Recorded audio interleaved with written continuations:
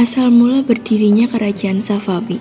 Kerajaan Safawi berasal dari sebuah gerakan tarekat yang terdiri dari Ardabil, yakni sebuah kota yang terletak di Azerbaijan, wilayah Rusia, yang diberi nama Tarekat Safawiyah. Gerakan tarekat ini lama-kelamaan memiliki pengikut yang besar dan berubah menjadi gerakan politik. Nama Safawiyah terdiri diambil dari sebuah nama pendirinya Syekh Ishaq Saifuddin atau lebih dikenal dengan Safi al-Din. Dan nama Safawi itu terus dipertahankan sampai tarekat ini menjadi sebuah gerakan politik. Bahkan, nama itu terus dilestarikan setelah gerakan ini berhasil mendirikan kerajaan.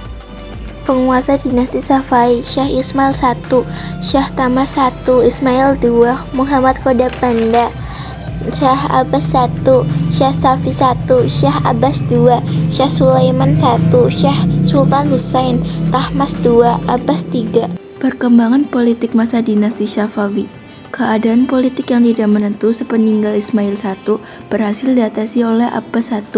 Abbas I mampu mengatasi situasi politik kerajaan dengan cara pertama, menghilangkan dominasi pasukan Qizilbashi atau kerajaan Safawi dengan cara membentuk pasukan baru yang anggotanya terdiri dari budak-budak yang berasal dari tawanan perang bangsa Georgia, Armenia, dan Sircasia yang telah ada sejak masa Tahmasab I. Kedua, mengadakan perjanjian damai dengan Turki Utsmani. Dengan perjanjian tersebut, Abbas I harus melepaskan wilayah Azerbaijan, Georgia, dan sebagian wilayah Luristan. Dalam bidang ekonomi, kerajaan Safawi memiliki keunggulan baik dalam pertanian, perdagangan, maupun perindustrian. Stabilitas politik kerajaan Safawi pada masa Abbas I ternyata telah memicu perkembangan perekonomian Safawi, lebih-lebih setelah Kepulauan Hormuz dikuasai dan pelabuhan Hormuz diubah menjadi Bandar Abbas.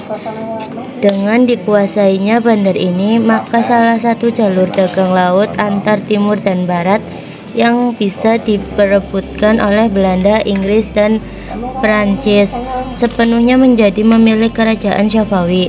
Daerah pertanian utama kerajaan Safawi berada di bulan Sabit subur dan menghasilkan berbagai macam hasil pertaniannya. Kegiatan perdagangan merupakan andalan bagi kerajaan Safawi, sebab dengan adanya Bandar Abbas, perdagangan di Persia ramai dikunjungi para pedagang internasional. Perkembangan bidang ilmu pengetahuan atau iptek.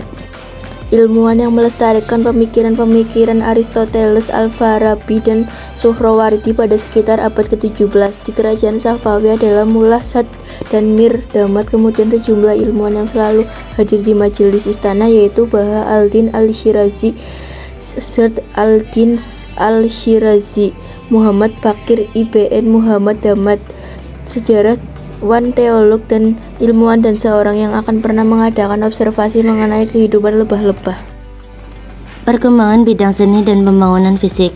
Kemajuan bidang seni arsitektur ditandai dengan berdirinya sejumlah bangunan megah yang memperindah Isfahan sebagai ibu kota kerajaan ini. Sejumlah masjid, sekolah, rumah sakit, jembatan yang memanjang di atas Senat Road, dan istana Cihil Sutun. Kota Isfahan juga diperindah dengan kebun wisata yang tertata apik. Kondisi bidang keagamaan. Politik keagamaan beliau ditanamkan paham toleransi atau lapang dada yang amat besar. Paham Syiah tidak lagi menjadi kepaksaan, bahkan orang Sunni dapat hidup bebas mengerjakan ibadahnya. Bukan hanya itu saja, pendeta-pendeta Nasrani diperbolehkan mengembangkan ajaran agamanya dengan leluasa, sebab sudah banyak bangsa Armenia yang telah menjadi penduduk setia di kota Isfahan. Faktor inten yang menyebabkan kemunduran dinasti Safawi diantaranya adalah 1. Kepemimpinan Safi Mirza yang lemah dan sangat kejam kepada pembesar kerajaan sehingga menyebabkan stabilitas yang tidak menentu sehingga pemerintahnya menurun secara drastis. 2. Kota Kandahar, wilayah Afghanistan, lepas dari kekuasaan Daulah Safawiyah direbut oleh Daulah Mughal yang ketika itu dipimpin oleh Sultan Syekh Jahan. 3. Sultan Abbas II dikenal suka minum-minum keras sehingga jatuh sakit dan meninggal dunia. 4. Sultan Sulaiman juga dikenal sebagai seorang pemabuk dan bertindak kejam kepada para pembesar daulahnya yang dicurigainya sehingga menimbulkan konflik dan pemurusan di dalam kerajaan. 5. Sultan Husain pengganti Sulaiman, ia seorang yang alim tetapi sehingga terlalu banyak pemberian kekuasaan kepada para ulama Syiah yang sering memaksakan faham Syiah kepada para penduduk yang beralih Sunni sehingga timbul kemarahan golongan Sunni Afghanistan. Mereka berkontak dan berhasil mengakhiri kekuasaan Daulah Safawiyah. Nadir 6. Nadir Khan dari suku Afsar yang awalnya membantu salah seorang putera Husain bernama Tahmasp II untuk memerangi dan mengusir bangsa Afgan yang menduduki Isfahan, memecat Sultan Tahmasp II dan sempat digantikan oleh Abbas III, anak Tahmasp yang ketika itu masih sangat kecil. Selanjutnya 4 tahun setelah itu, tepatnya tanggal 8 Maret 1736, Nadir Khan mengangkat dirinya sebagai sultan menggantikan Abbas III, dan inilah masa berakhirnya dinasti Safawi. Di antara faktor-faktor ekstern dari luar yang memengaruhi kemunduran Daulah Safawiyah: 1. Adanya konflik yang terus-menerus berkepanjangan dengan Turki Utsmani. Konflik antar keduanya boleh dibilang tidak pernah padam, kecuali dulu Sultan Abbas pernah mengadakan perjanjian perdamaian dengan Turki Utsmani. Setelah itu konflik kembali. Konflik berkepanjangan dengan Turki Utsmani dengan Safawi yang tidak pernah berhenti mengakibatkan lemahnya kekuasaan Safawi. 2. Kelemahan-kelemahan tersebut mengundang keberanian musuh untuk merampas daerah-daerah kekuasaannya. Ditambah lagi dengan banyak daerah dalam wilayah kekuasaan Safawi melepaskan diri dan melakukan pemberontakan daerah-daerah yang melepaskan diri terhadap kerajaan.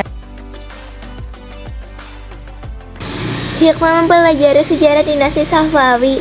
1. Pembelajaran politik dan kepemimpinan. 2. Pemahaman tentang integrasi agama dan negara. 3. Nilai toleransi dan keragaman. 4. Kemajuan ilmu pengetahuan dan kebudayaan. 5. Keterkaitan antara stabilitas politik dan kemakmuran ekonomi. 6. Pentingnya kewaspadaan terhadap faktor internal dan eksternal.